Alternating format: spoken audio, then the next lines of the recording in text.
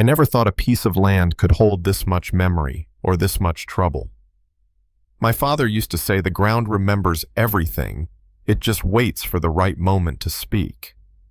Ours was an old quarry carved into the side of Red Cliff Ridge 3 miles outside of town.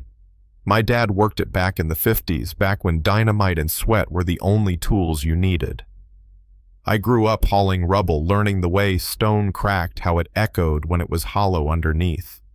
That sound never left me. After 30 years with the Army Corps of Engineers, I came back to that same ridge to live out some quiet years. The quarry wasn't worth much to anyone else, but to me, it was history, it was home, and it was sacred ground. Then came the cupcakes. That's how these things always start. A smiling woman in a pastel blazer and too much perfume. Olivia Keene, president of the Hillside Meadows HOA, showed up at my porch one afternoon holding a tray like we were old friends. She had a folder under her arm titled, "The Bluffs at Red Cliff, A Vision for Tomorrow." I still remember her saying it like she was pitching paradise. 12 luxury homes, glass balconies, infinity pools, panoramic views. I listened, nodded, then told her the truth, that land is fractured through and through, carved by decades of blasting, sitting on fault veins that never stopped shifting. "You build on it," I said, "it'll fight back." She laughed softly like she'd just heard an old man's ghost story. A week later, the letters started coming. Offers, appraisals, all the legal jargon dressed up in smiles. Then came the rezoning notice. They were trying to fold my quarry into the HOA boundary under something called a community beautification clause. I protested. I showed up with maps, geological scans, even my old Army survey logs.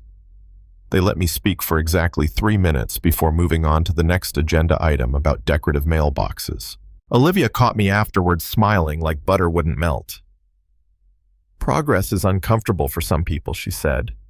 I told her progress without respect for the ground is just arrogance in a new coat of paint. She shrugged and said, "We'll see." 2 weeks later, a sign went up on the edge of my property. "Future site of the Bluffs at Red Cliff." I hadn't sold them a thing. They'd just redrawn the plat map, claiming the quarry under an old utility easement. On paper, it looked legal enough to fool the county. My lawyer told me it would take months to fight it. That night, I walked the quarry rim by flashlight, listening to the wind move through the hollows like breath through lungs. My dad's voice was in my head. The earth never forgets. The next month was a circus. Realtors handing out branded water bottles and eucalyptus towels by the trailhead. Drones buzzing overhead. Brochures with glossy pictures of cliffside decks and smiling families that looked like they'd never sweated a day in their lives. Olivia stood there with a mic declaring the project would elevate our community's future. Folks clapped like she'd just cured cancer. I stood in the tree line, jaw tight, wondering when we started applauding stupidity dressed as ambition. At the next town meeting, I tried again. They had a giant blueprint projected on a wall, pretty lines, fancy names for each villa. "You're building over cavities and blast holes," I said. "There's a slip zone right beneath your Phase 1 lots." Olivia smiled that politician smile. "Our engineers have confirmed the stability," she said. "We're confident in our findings." "Your findings," I told her, "are 2 weeks of drone footage. Mine are 40 years of walking that ground." People shifted uncomfortably. A few even frowned. But she shut me down, called me a fearmonger, and the security guy politely showed me out. They thought that'd be the end of me. It wasn't. I made a website, redclifftruth.net, posted old blast records, diagrams, sound tests from fault cavities. It wasn't about revenge. It was about warning them. The HOA didn't like that.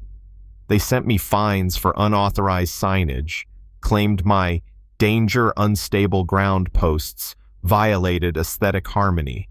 Someone spray-painted crazy quarry guy on my mailbox. It should have hurt, but honestly, it just told me I was getting to them. Then one day, a young couple knocked on my door, Evan and Rachel. They'd seen my site. "We're on lot 7, Evan said. "Should we be worried?" I invited them in, spread out the maps on my kitchen table. I showed them how the fault lines ran like veins under the cliff. "You ever build on an eggshell?" I asked. Rachel frowned. "Why would they allow it if it's that dangerous?"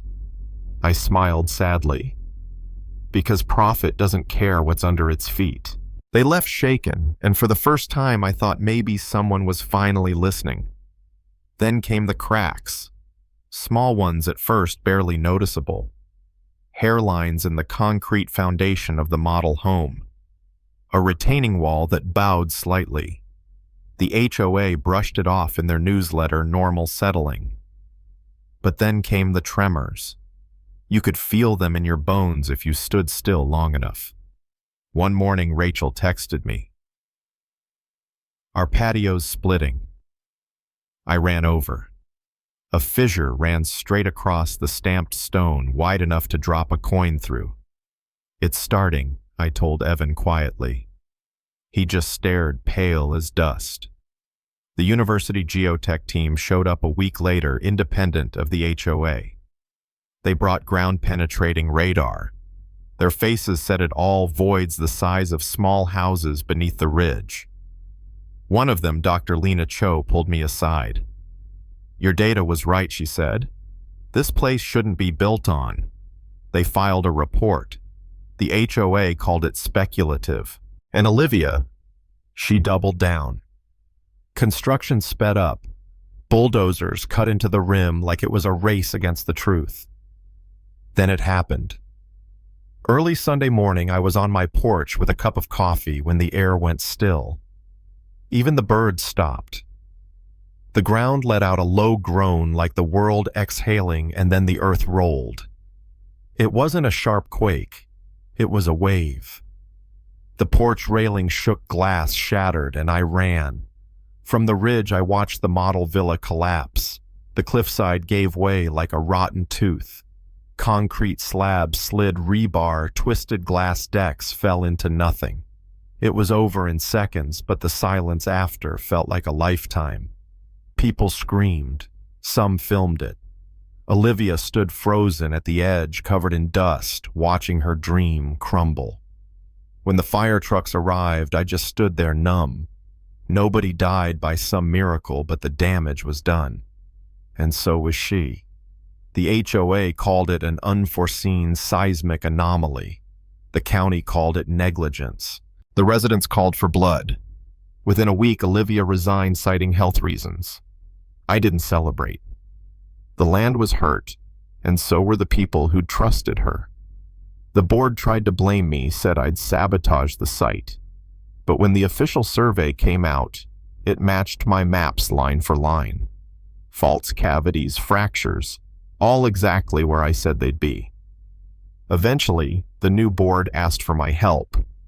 Me, the guy they'd called crazy. I told them I wasn't interested in titles or committees, but I'd walk them through what was left. We met at sunset one evening, standing on the rim where the villa once hung. I showed them the fault veins, like scars in the rock, explained how the mountain breathes under pressure. "You don't control land like this," I said quietly. "You learn from it."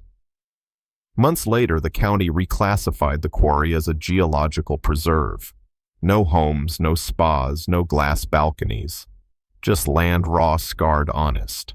They even named a trail after my father, Callahan Ridge Path. Kids come now with school trips learning about strata and tremors and what happens when you ignore warnings carved in stone. Sometimes I still walk out there at dusk when the air's heavy and the earth feels alive. You can hear the wind whistle through the cavities, soft and steady, like the land finally breathing again. I touch the rock and think of everything it saw. Greed, pride, collapse, redemption. And I realize justice doesn't always come with applause or verdicts. Sometimes it comes in the form of silence, of stillness, of knowing the earth has the last word. If you've ever fought people who refused to listen, people who thought paperwork could outsmart nature, tell me what you would have done. Would you have sold the land and walked away, or stood your ground like I did? Drop your thoughts below, because I've learned one thing for sure. The ground may crack, but the truth never does.